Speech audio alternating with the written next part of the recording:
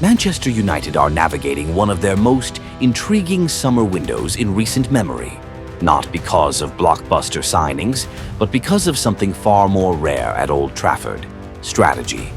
Under new head coach Rúben Amorim, the Red Devils are embracing a calculated, thoughtful rebuild. It's not about lighting up headlines anymore. It's about building a team that finally makes sense. Take the move for Bryan and Mbeumo, for example, a £71 million deal spread across 4 installments. And yet, when compared to Arsenal's £52 million outlay for Noni Madueke, or Chelsea's £110 million splash on João Pedro and Jamie Bino Gittins, it starts to look like a steal. But Mbeumo isn't just about value for money. He's tailor-made for Amorim's system: quick, versatile, relentless in the press, and already proven in the Premier League. In short, he's ready to go. No adjustment period, no guessing game. Just plug him in and watch him run. Joining him is Matheus Cunha, another signing that's flown under the radar but fits the project perfectly. While Mbeumo is the winger who stretches the pitch and attacks the box, Cunha adds depth as a second striker, capable of linking play and operating in tight spaces. Neither are flashy, but both are functional, and more importantly, purposeful. It's a welcome change for United fans who've watched the club throw money at underwhelming signings year after year, from Antony to Sancho and to a lesser extent, Casemiro. Now, it seems, the club is finally stepping back from chasing big names and starting to focus on the right names. Mbeumo and Cunha won't guarantee a top 4 finish, but they signal something far more important: that Manchester United are thinking clearly again. No more panic buys, no more pressure-fueled spending, just smart tactical moves that fit the manager's vision and the club's financial reality. And there's more good news off the pitch. Next month, United will unveil a £50 million upgrade to their Carrington training complex, a bold investment in infrastructure that was long overdue. Designed by Foster and Partners, the new facility will feature everything from modern recovery pools and high-end gyms to a full entertainment lounge, and even a dedicated barbershop for players. The layout has been meticulously reimagined: revamped changing rooms, cutting-edge performance zones, therapy areas, and improved training pitches. Upstairs, open-plan offices and a state-of-the-art analysis suite reflect the vision of Sir Dave Brailsford, who's been quietly driving this cultural shift behind the scenes. But let's be clear, not everything at Manchester United is rosy. Their recent goalless draw against Leeds United at the Friends Arena left an unsettling silence. After a summer of reshuffling, fans were hoping for a spark, a sign of something new. Instead, what they got was confusion and questions. Manager Rúben Amorim is still in the early days of instilling his footballing philosophy, but the performance against Leeds has raised eyebrows. His decision to deploy Matheus Cunha wide on the left in a 3-4-2-1 system backfired, with the Brazilian looking lost and disconnected, particularly from Bruno Fernandes, who was uncharacteristically positioned deeper than usual. Amorim himself admitted the team lacked pace in midfield, and the link between Cunha and Bruno simply wasn't working. What frustrated many fans, though, was the lack of in-game adjustment. Amorim stuck with the same formation and personnel throughout the first half, despite the obvious problems. Social media quickly lit up with frustration, not because of the result, but because of the static nature of the tactics. To be fair, Amorim is still in the phase of trial and error. This is preseason, after all.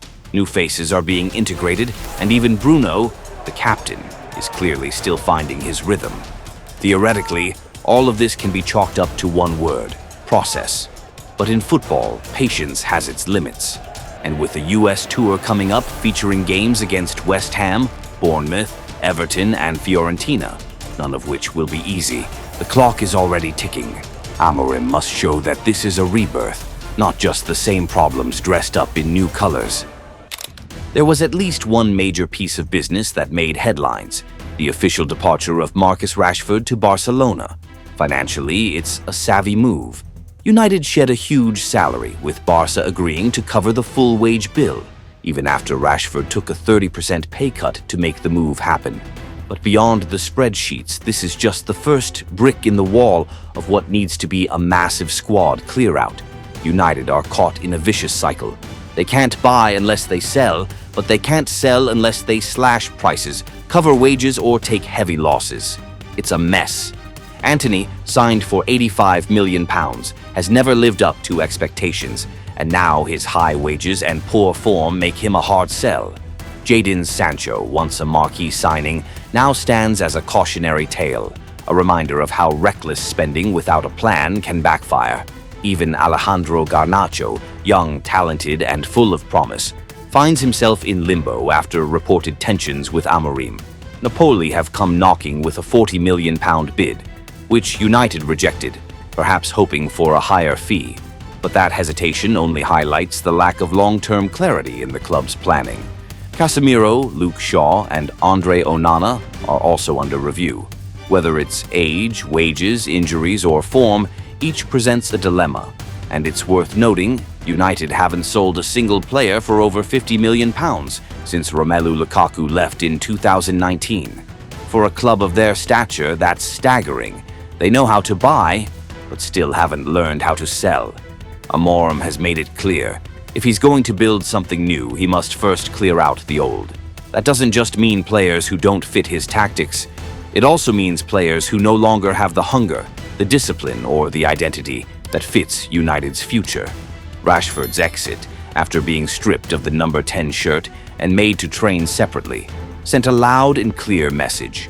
But the market is brutal, and if United can't finish the cleanup, they'll struggle to bring in the reinforcements they need.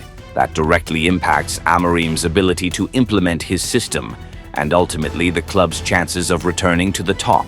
The project is in motion, but for Manchester United to truly rise again, the dead weight must be shed, fully, ruthlessly, and without hesitation. As the summer of 2025 enters its final stretch, the real question for Manchester United isn't who do they want to sign, it's who can they actually sign.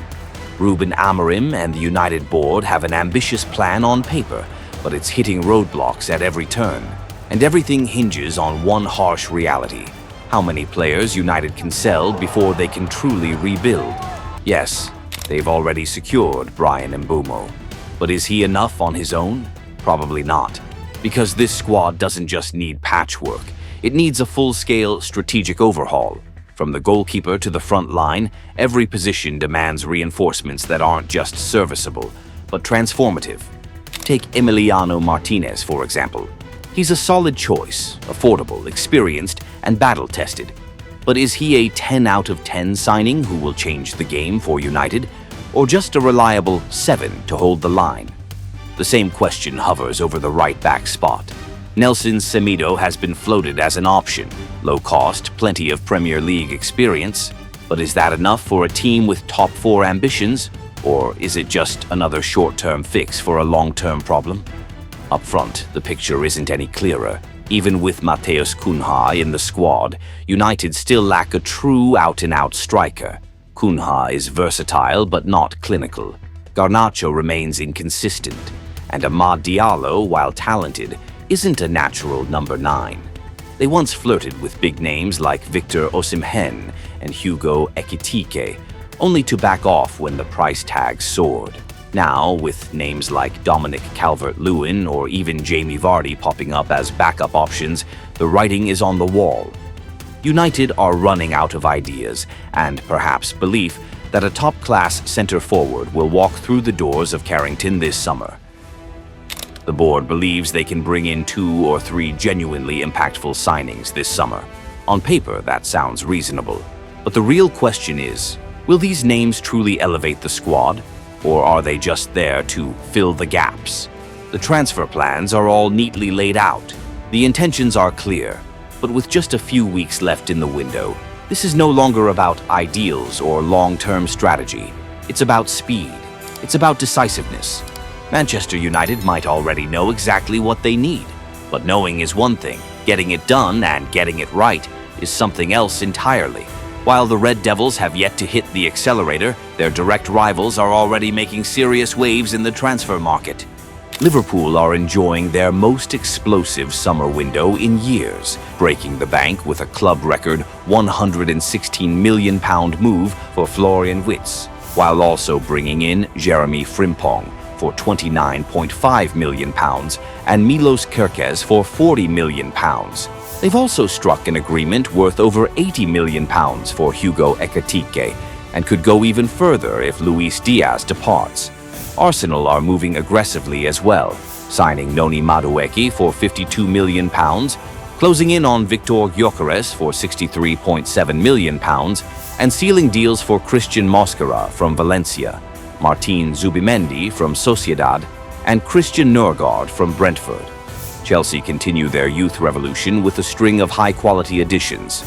Liam Delap, £30 million, João Pedro, £60 million, Estevão, £29 million, and Jamie Bino Gittins, £55 million.